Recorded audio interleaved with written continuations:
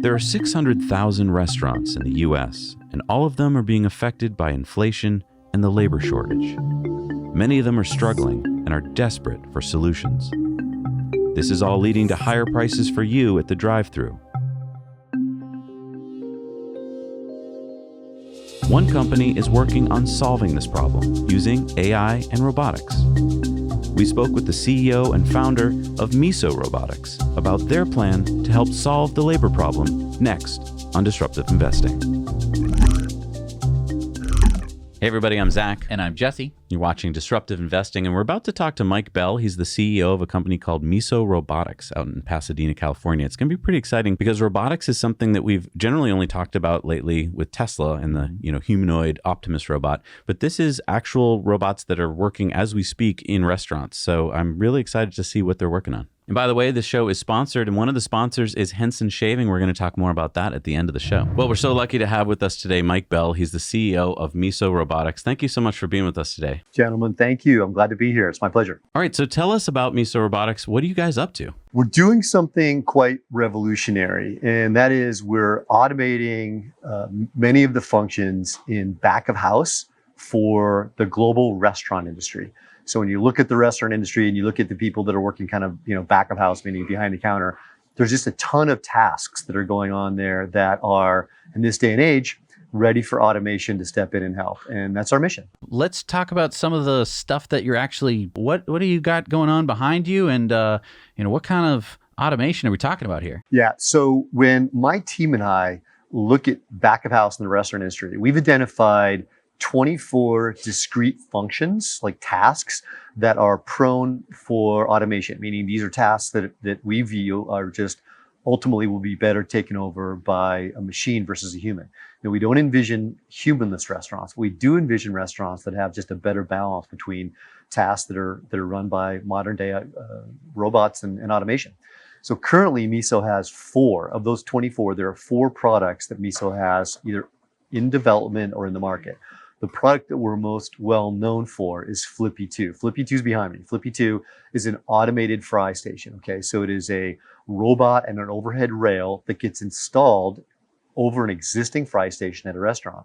We aim to stand it up essentially overnight. And when we flip the switch the next morning, Flippy takes over cooking all of the fries and all of the other frozen food at that station, freeing up the humans that previously worked there to go do other things within the same restaurant. I feel like I've seen this before on like how it's made. When you want to automate something, you make a conveyor belt. I mean, I've seen, ovens that cook pizzas, and you put the uncooked pizza on one side and it goes slowly through the oven. It comes out the other side and it's cooked. Why can't I just do the same thing with fries? Have it go into the deep fryer and it stays in there for the perfect amount of time and then it comes out. This is the heart of the matter. Like, this is exactly the right question to ask and answer. Automation and robotics are 2 separate things. And a lot of times people use robotics synonymous with automation. We draw a distinction, okay? Automation is exactly what you described. It's a conveyor belt. It's a kind of dumb machine that moves things up and down, left to right. And that kind of technology has been around for a long time. And frankly, other companies decades ago tried to take over the fry station with simple automation. The problem with automation is it's really limited, okay? What we look at in terms of robotics is automation coupled with computer vision, artificial intelligence, machine learning, and a ton of really robust technology all around algorithms and how to direct all these things together, okay? A conveyor belt automation without these things, it's just a dumb machine. It doesn't know when it's done the thing or not done the thing, and it just kind of moves right to left. But with modern day technology, you can have a really intelligent machine that actually knows when it has grabbed a basket of fries. It can look at a piece of food and know the difference between a shrimp nugget and a chicken nugget. So all these technologies make a really big difference in terms of what you're out to solve. And years ago, this technology, it was just not accessible, meaning robotics technology. It was not affordable. It wasn't quite developed, and it was out of reach for, kind of most everyday functions. Fast forward to today, you can have a robot installed that essentially takes over the function for a human being for less than the cost of a human being and do so quite reliably. What I think is really exciting about Flippy 2 is that I can imagine if I was a restaurant owner, one of the things that I'd always be probably worrying about every minute, like even when I wasn't at the restaurant, would be, are my workers safe? because you're talking about, I think it's 500 Fahrenheit oil. And I can't even imagine how dangerous that is. Like, I did a little bit of basic research and I found it that like 60% of insurance claims in restaurants come from the frying oil. Can you tell me, does that eliminate the problem? Because I assume that if Flippy gets hurt, it's just a motor or something that needs to be replaced. Yeah, you're right on. It makes the fry station a significantly safer environment for the workers. And the things you mentioned, what's kind of happened is that the restaurant industry in the world at large has somewhat just gotten accustomed to these risks. And you make a great point. It's not just standing over the hot oil. It's the fact that this oil is kind of spread all over the work environment. What we do when we install Flippy 2 is we create a clear separation between the human area and the robot area. And in our view, those two don't mix. Like you have a plastic barrier, it's a see-through clear barrier. And if a human being lifts it up or reaches underneath, the robot stops. And it does that to create a really clear separation and barrier for where the human is meant to work and where the robot is.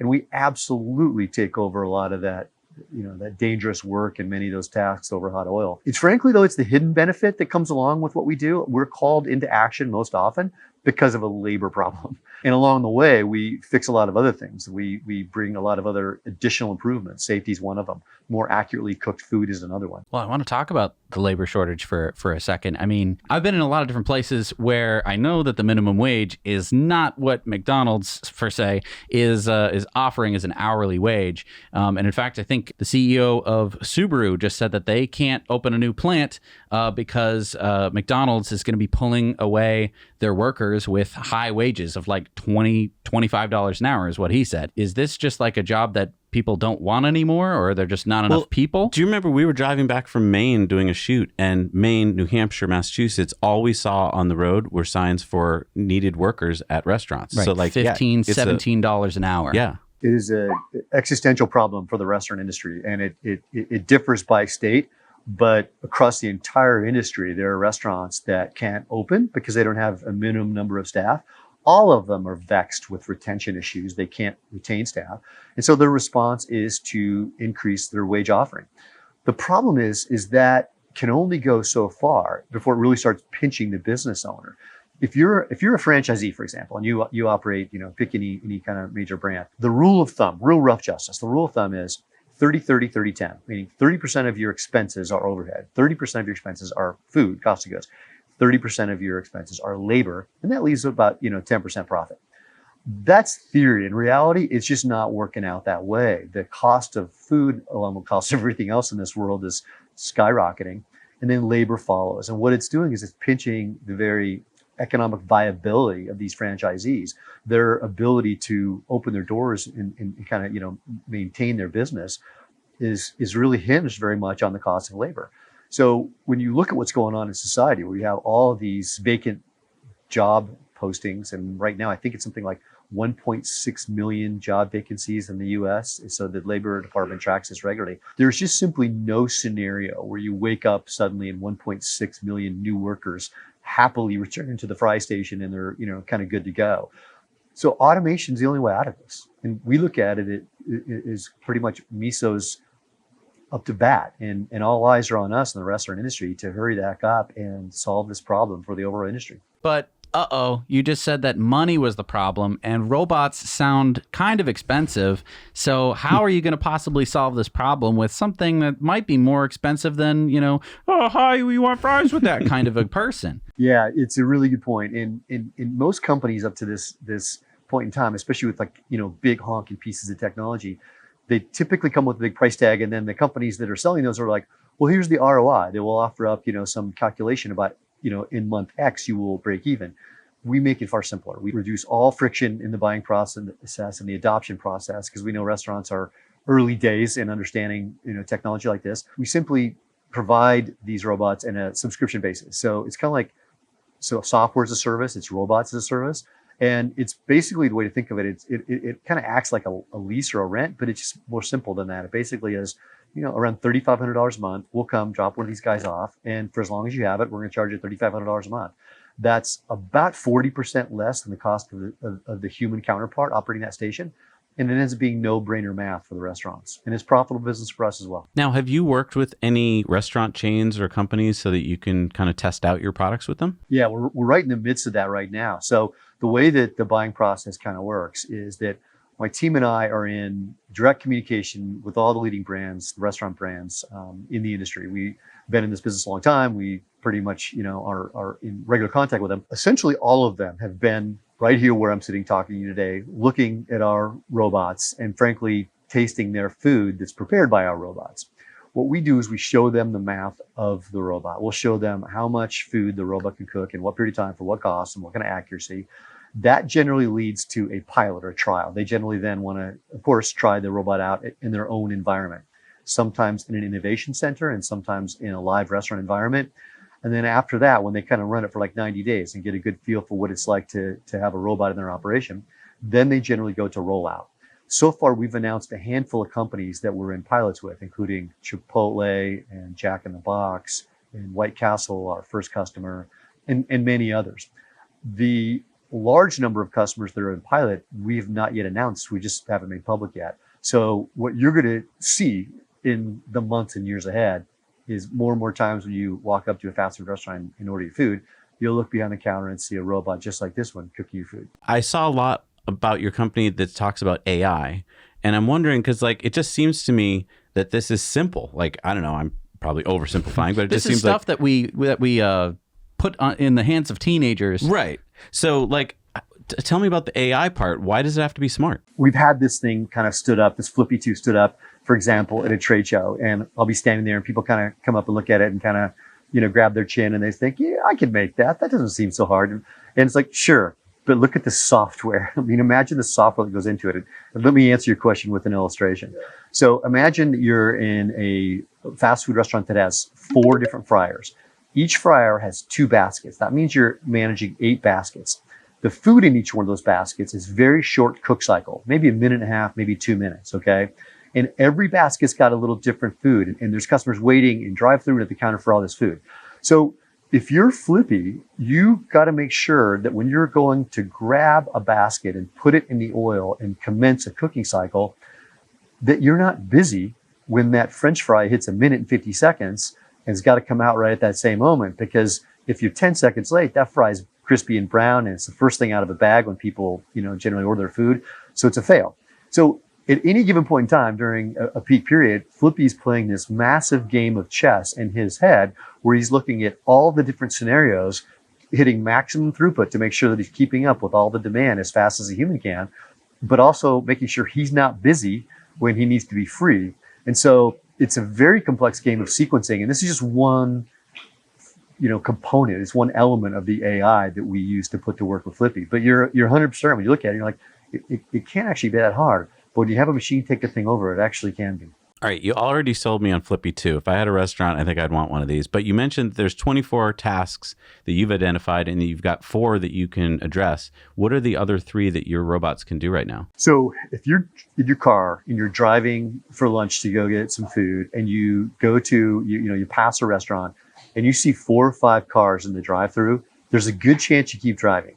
Those 4 or 5 cars, they're generally waiting on one of 2 things, fries or drinks. It's because those are the items that you just can't, they don't have long hold times. The fries are pretty much made on demand, as are drinks. And so when you look at improving and making an impact to our customers in terms of, fast food customers, drinks is the next one on the list. It's the next lowest hanging fruit. When we commenced Flippy 2, we basically looked at it and said, of these 24 functions, these 24 tasks, what's the biggest problem that's easiest to solve? Fry station, for sure. Next one is drinks. Drinks has this automated solution we're nicknaming Sippy. There's a lot of the ippy rhymes here, Miso. But Sippy is an automated drink station that takes the order directly from the point of sale system. So it comes from the drive-through or the worker at the counter and immediately drops down a cup, fills it with the exact amount of ice at the right pace, fills it with the right drink at the right pace. And here's where it gets good. It lids the cup, marks the cup, and scoots it over and groups it for the server. A normal human can maybe do 150 cups an hour through a drive-through window. Our machine can do like 250. And it has a lid on it that's spill-proof and marked and labeled. So it's got all these other benefits of reducing all those plastic lids that kind of go along with the solution and just making the overall operation move faster. That product will be out in the first half of next year. That's really cool. I saw this product on your website, and the first thing that hit me was the lids part. I wasn't even thinking of the throughput, because I was thinking of all those plastic lids that just get, thrown all knocked over. off, and now I have Coke in my lap. Right. And they go, "Oh, I'm so sorry, sir." And it's like, what are you going to do about it? Yeah. Tell me about this lid. It sounds really cool. So it's the same kind of lid that you get from a boba drink. Have you guys ever ordered, boba? Mm-hmm. You get boba? So it's a film. It's a film, and it's got a little perforated seal so that when you go to put a straw in it, it's kind of already got a seal in it, or a little place to put the straw through. But it's essentially leak-proof. You can fill it with ice and soda and turn it upside down, and it doesn't spill. And it's got a little inscription on it that says Coca-Cola or Pepsi or whatever it is, so you know which drink is yours. That technology's been around for a while, but the ability to actually do it and do it fast and market is new innovation here at Miso. I'm really excited as a restaurant owner to hear all this, because my throughput just went up. I don't have to worry about my workers getting hurt. How much money can I look to be saving if I add your host of robots to my back of restaurant? Yeah, every one of them that we put in, we make sure satisfies really simple back and napkin math for the restaurant operator. Now, the restaurant operator knows that a fully staffed human being with benefits, training, everything else might cost around $3,000 a month for a full-time shift, okay? Now, that varies in different parts of the country. California has legislation where they're proposing $22 an hour, so there's some ranges here. So when we look at putting a robot into an operation, we know that the operators have that number in their head. They know that $3,000 a month is kind of, an average that they can rely on. And so we price our units accordingly, saying, okay, if this is an offset of 1 unit of labor, it needs to come in on or about that. And so that's how we approach it. And it's working really well for us. The adoption and customer demand, it's crazy good. Okay. So if you're setting the price at basically a competitive price in the industry, it still doesn't answer if that's a profitable number for you as a company, because I don't know how much robot arms cost. I don't buy them that frequently. Is this like a profitable endeavor from the moment you put it in, or is the payback period, what is that? The payback period is about a year, and there's big variables that make that kind of a really rough range. But when we look at like Flippy 2, for example, we bolted into the ground, we connected to the point of sale system, we took over the entire cook function for a lower cost than a human being. So our view is that guy's going to be in there for a long time. And time will tell whether that's 5 years, 10 years, but logic would hold. It's kind of a permanent installation. We factor the economics of the unit in such a way that we anticipate replacing essentially all of the parts within Flippy within a 7-year window. Like, we set aside a budget for that in our overall unit economics. And so if components go out, we swap them out, we pay for all that.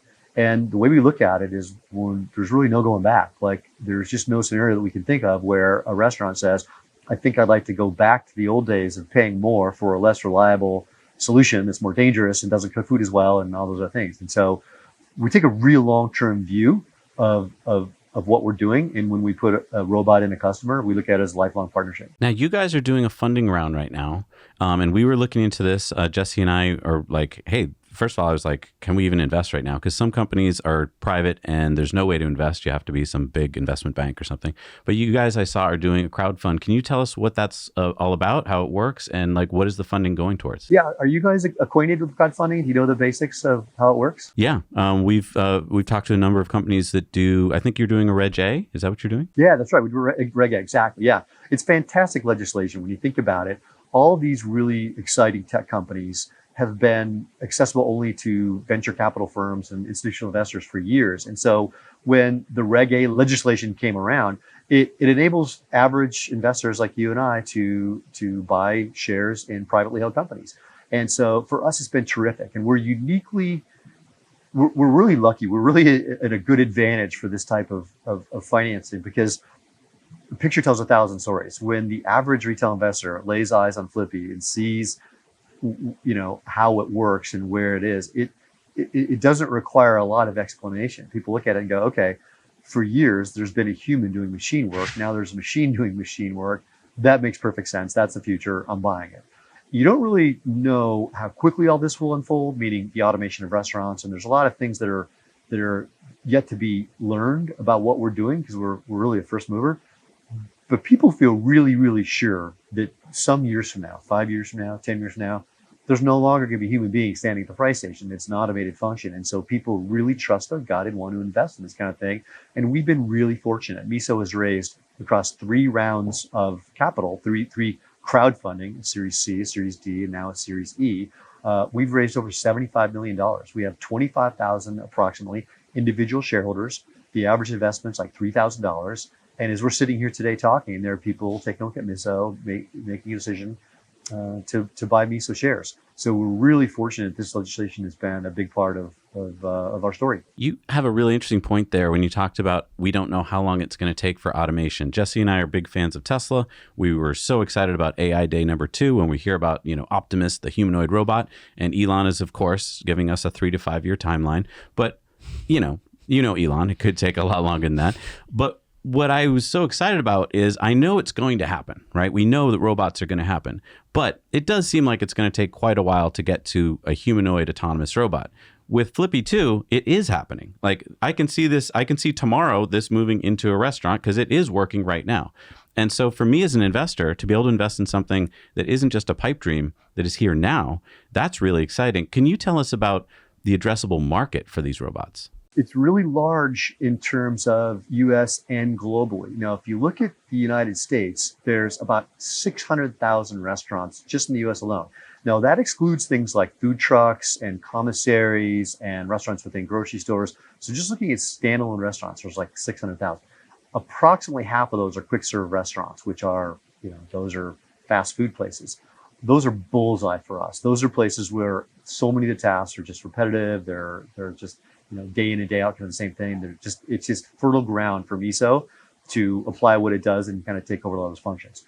When you look outside of the US, the market's even bigger and by a factor of about 2.5, almost 3. And the labor problems that are occurring here in the United States, they're even more acute, believe it or not, in many other areas of the world, namely in the UK and France, and then also, I guess, Australia, where the need for human labor is just kind of at a tipping point, and minimum wage keeps going up and up and up. And so we're being pulled internationally very, very aggressively. And we've got some big pilots we're going to be announcing soon about that. So as I said, this is really exciting to me. I can totally picture as a restaurant owner wanting your products.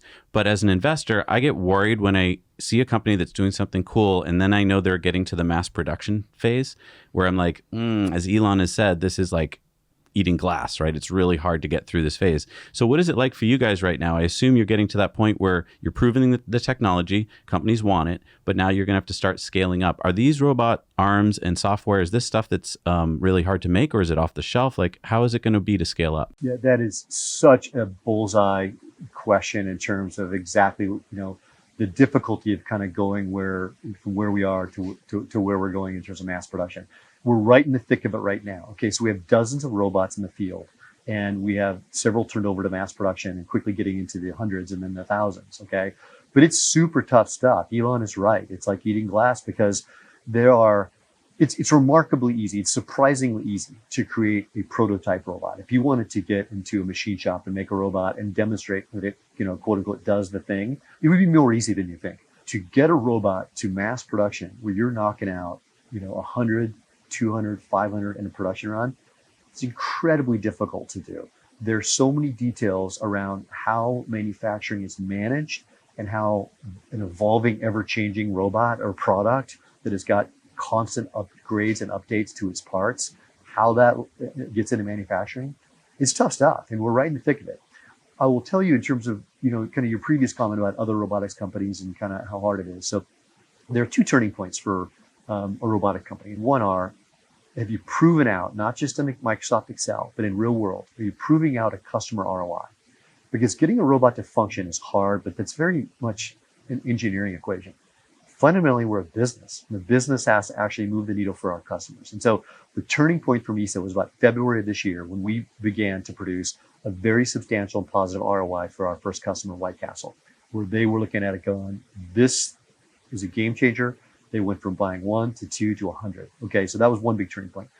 The second big turning point is we can get into mass production. Now, mass, quote unquote, can be defined many ways, but as soon as you turn over 50 or 100 robots to a contract manufacturer and say, go make these, you got to have a tight ship in your product, in your engineering, in your processes, in your, in everything that you do. And that's the second turning point that Miso's at right at this moment. So that kind of leads to my question of, Jesse and I were talking about this. We've seen robot arms like in car factories since like the 90s. Why haven't we seen them in restaurants since the 90s? Yeah. It's a good observation. If you look at so many other industries, they're decades ahead of the restaurant industry. So warehouse, logistics, surgery applications, even drones and autonomous vehicles are ahead of the restaurant industry in many ways. The first answer is that the restaurant industry, they've really been technology laggards. And I say that as a restaurant industry participant. So I don't mean to disparage or criticize, but it has not been an industry that's been, eager to adopt technology. In the labor market, everything else kind of changed that. They got the memo, so that's underway. The second reason is a lot of this technology just simply wasn't that accessible before. Now, when you're running an assembly line and you're having a robot do a task in an assembly line, a lot of elements of that environment are quite fixed. The parts that come through, the lighting, it could be oftentimes just a very stationary robot. It's a pretty hustly, bustly, busy environment in restaurants. There's workers all over the place. It's a smoky, kind of high reflection environment, and stuff's getting bumped and dropped all over the place. So having a robot that can be truly reliable in that kind of environment, it has taken a long time. You know what's just making me excited to invest is I'm thinking that if I'm a restaurant that gets Flippy 2, let's say, in my restaurant, and then 2 years from now, 3 years from now, you come out with a new robot that does something else for back of restaurant, I'm going to be, you've got a huge advantage. You're already in my restaurant. I already have a working relationship with you. I've got to imagine that's really hard for another company to come in and try and sell me on something if you're already there as Miso. So can you tell me what's in the pipeline? Can you give me a hint? Yeah, 100%. So the technology that we're putting in place is designed to be interconnected to the next thing we bring out. And there's a number of ways that it's connected. So one is through the overall physical architecture. Okay, so it's a robot on a rail. The rail's meant to be extended.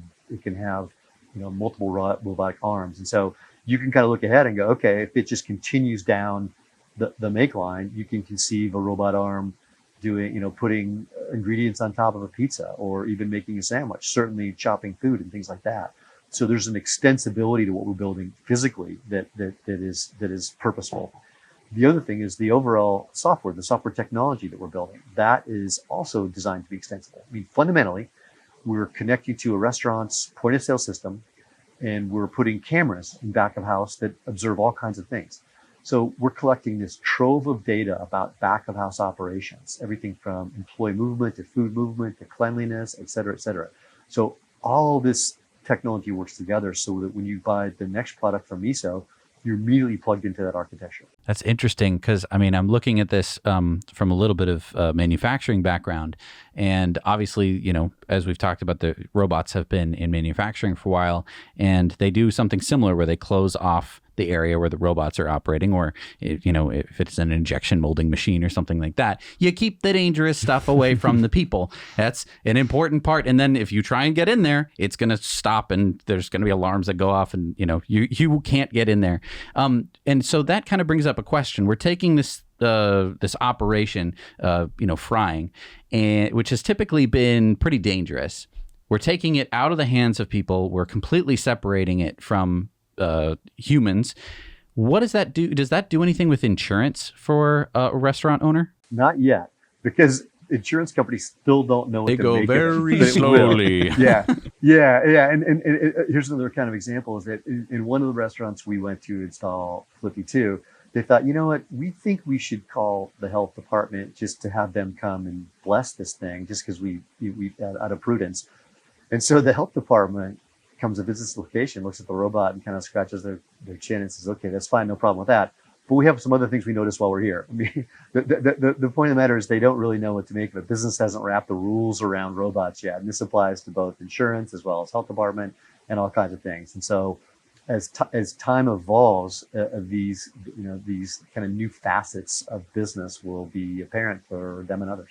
Is some of the pushback from restaurants that they don't know how to integrate the robot into point of sale systems, or into because it sounds overwhelming to me if I was a restaurant owner to be now I have to manage a robot. So, is it more complicated than hiring someone? Because Alexa, make me more fries. Sorry, I don't know that. I mean, not every restaurant owner is up on their AI robot arms. So yeah, how has that, conversation been? Yeah, it's kind of a tale of two cities. Okay, so, and I don't mean to generalize here, but it kind of helps the story.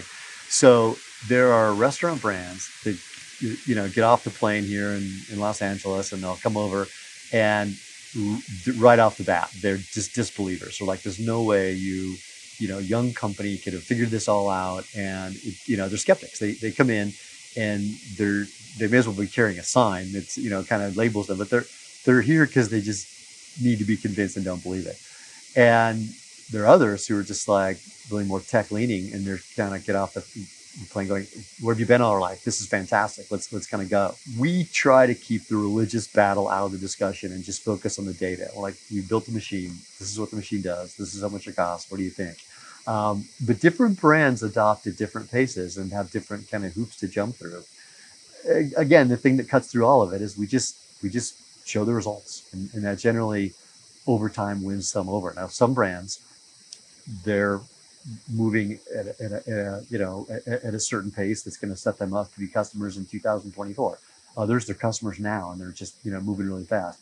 We take them all. They're all good, but they all run at their different pace, and they're pretty easy to kind of self-identify. I remember watching a documentary about McDonald's, and I remember that what made them successful were those two brothers trained every employee down to the last second. Like, they knew how long it should take to put salt on the fries, and like everything was perfect every time, so that when you went to that restaurant, you knew what you were getting. I can't imagine training humans to do that. Like, that just seems like it doesn't work. And I know it doesn't work because I've been to different restaurants and you get different quality. What seems really exciting about robots in my kitchen is that you can train them to that level. So talk to me about training. Like, this must be just a godsend, because now I don't have to worry about that whole aspect. When we install the robot, we set aside an hour to train the team. We generally repeat ourselves 2 or 3 times and finish early. Like, it doesn't take much. It's just, there's a touchpad, you hit fries, extra large, 2, and step back, and it kind of does the rest. So it's super easy. And to the human element of it, it's a really important point. So the Flippy 2 behind me has a little brother named Chippy. It is the single fryer solution that we're developing for Chipotle, among others. So Chipotle they fry one thing, and it's chips. They fry the heck out of them, and they usually do it in the morning, and they have fresh chips. And it's an artisanal brand. They have everything they do is fresh, and it's really important to them about the precision at which they apply their lime juice and their salt. And they don't want it to be done in such a way that's so even that it tastes like chips coming out of the bag. This is a really good example of how you can make a robot do the thing so that it mimics and performs exactly like a human is.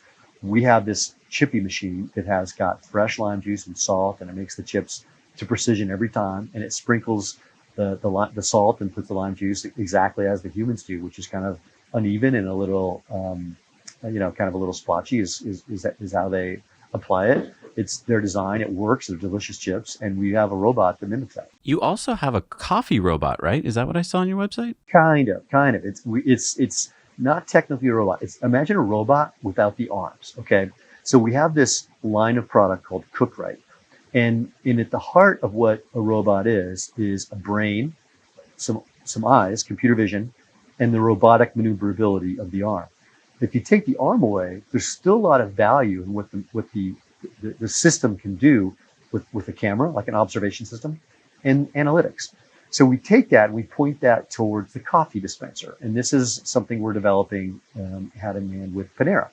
And this solution will help keep track of all of the coffee urns that are in the lobby for a Panera location. So imagine at a convenience store or at a Panera, you've got this large coffee urn, and their indicator of when they're out of coffee oftentimes is when a customer goes up there and puts their cup and it's empty, or worse, pours coffee and it's cold or stale. And so our system keeps track of all that with computer vision and some sensors and analytical system, and it just simply alerts the employee, hey, this coffee is expired its hold time, or it's near empty, or it's cold, or whatever else. We put this in Panera stores as a pilot, and satisfaction is through the roof. Like, customer satisfaction we're seeing is just producing this really big ROI in month 1. Fresh coffee, as it turns out, it makes a really big difference for customers in terms of the loyalty and the repeat visits. I think a lot of people, when they're thinking of a startup company, are thinking of two guys in a garage. And while that's how many companies start, you are much more advanced. You're round E of your funding. And what we talk about on our channel a lot is that you're investing not only in the idea, but the team.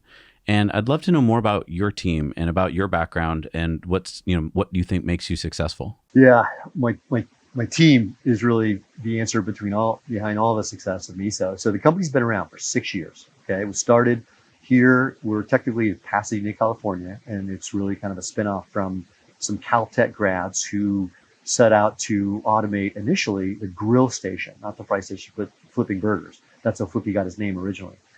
And you fast forward today, we have 120 people, over 90 of whom are engineers, and most of those engineers are advanced degree engineers. And it's a really diverse group of engineers. So you've got a large category of engineers that are software engineers, and that's everybody from motion planning engineers, AI people, computer vision experts. The hardware engineers are the designers. They're the people who actually do the mechanical design, a lot of the invention behind the products. A whole bunch of engineers in charge of keeping the product running, testing the product, systems engineers, electrical engineers. It's a really, really good group of people. And we're in many ways 6 years ahead of most of our competitors, but light years ahead of them in terms of technology. Okay, so you got a lot of engineers working on your team. I'm an engineer. I graduated as an engineering student, and I know a thing or two about engineers, and sometimes they're not people. They're not very good at listening to what needs, people actually need to do, and they just want to make cool stuff, and sometimes they don't listen. How do you kind of counteract the engineer problem? Well, we put people in as Dale Carnegie says, in a position of strength. We put them in a role that calls upon what they're already really good at. In terms of getting in front of customers, I've got a really good team who actually came from the restaurant industry. So I have people that are kind of customer facing who have worked back of house restaurant and really worked for some of these leading restaurant brands. Would you gentlemen, of 120 people, would you care to guess how many salespeople we have? Usually it's a huge You already part. said 90 was engineers, so I know, I'm you kinda guessing gave it away. 30? I would have said half the company. Yeah. Zero. We literally have zero. There's all of our demand is inbound. So all of the customers that we're serving, they call us. We don't spend any marketing on demand, and we don't have anybody in a sales role. So we have solution engineers that help talk to customers about the product and how it might fit for them. But we don't have anybody knocking on doors, and we don't have to. It's the right product at the right time, and there's such a just this mountain of demand that's coming at us. We've been able to just focus on the companies that we're talking to and solve the problem for them without having to go out and ask for more. It's rare you'll find somebody like me in this position saying that. I was going to say, this does sound like Tesla, where Tesla doesn't spend a dime on marketing because it's word of mouth. I can imagine if I was a restaurant next to a Miso Robotics restaurant, and you're going to always be paying attention to your competition, right? And you'd be like, how are they doing it? Where'd you get a robot? Right. So it just seems like you'd be, 2 weeks later calling you up being like, okay, I want one of those. We look at it thinking, well, we have enough supply to serve all of our goals for 2024, but we're really right now looking at 2024 and 5 and beyond, because there's a really good chance that we're going to sell every damn one we make for the next several years. The industry is just so large, and there's just a certain amount of capacity that you can kind of get out of today's supply chains. So we're making good moves to expand the supply chains and our vendor base and actually increase the capacity, in years to come. We're doing some really aggressive things, but yeah, it's a good problem to have, but a problem nonetheless. A lot of investors are used to the stock market where they can buy and sell their shares. What we try and point out to our investors and our investor club is that when you're investing in startups like this with a Reg A, that, it's not as liquid. You can't usually sell your shares as easily. There are companies like Carta where you can. But what do you say to investors who are like, oh, I don't know, it's early stage, it sounds too risky.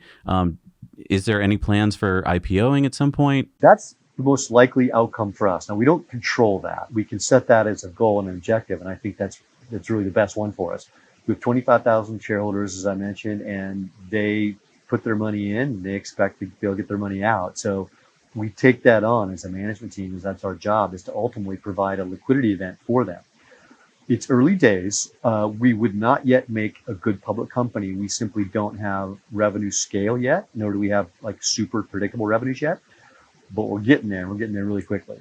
And so we've got to be ready, which is happening in the quarters ahead. And the market's got to be ready. Right now, the IPO market is not been, which is fine for us. I think having our heads down for the next year or so will put us in a really good place for 2024 and beyond. So, Mike, I don't know about you, Jesse, but I'm pretty excited to go learn more about investing. Where can potential investors go to learn more? Yeah, you can go to misorobotics.com, and there's a big blue button on that webpage that says invest. The window for investing does not stay open. We're advertising that's going to close soon. Miso Robotics has raised a bunch of capital. We're putting that to work to grow this business. And there's no guarantee or likelihood that we'll do that again. So it's still really early stage for the company. So it's a good ground floor opportunity to get in. But there's not a likelihood that it will be open again. And remind me again, do I have to be an accredited investor? Do I have to have, $1 million in capital to invest? Nope. That's what's so great about it. You can invest as little as $1,000, and any person that fills out the forms doesn't have to be an accredited investor at all. You can even put it on your credit card. Mike, thank you so much for joining us today. Yeah. I'm so excited to finally, now I feel like I might be finally entering the future. I don't know what took so long.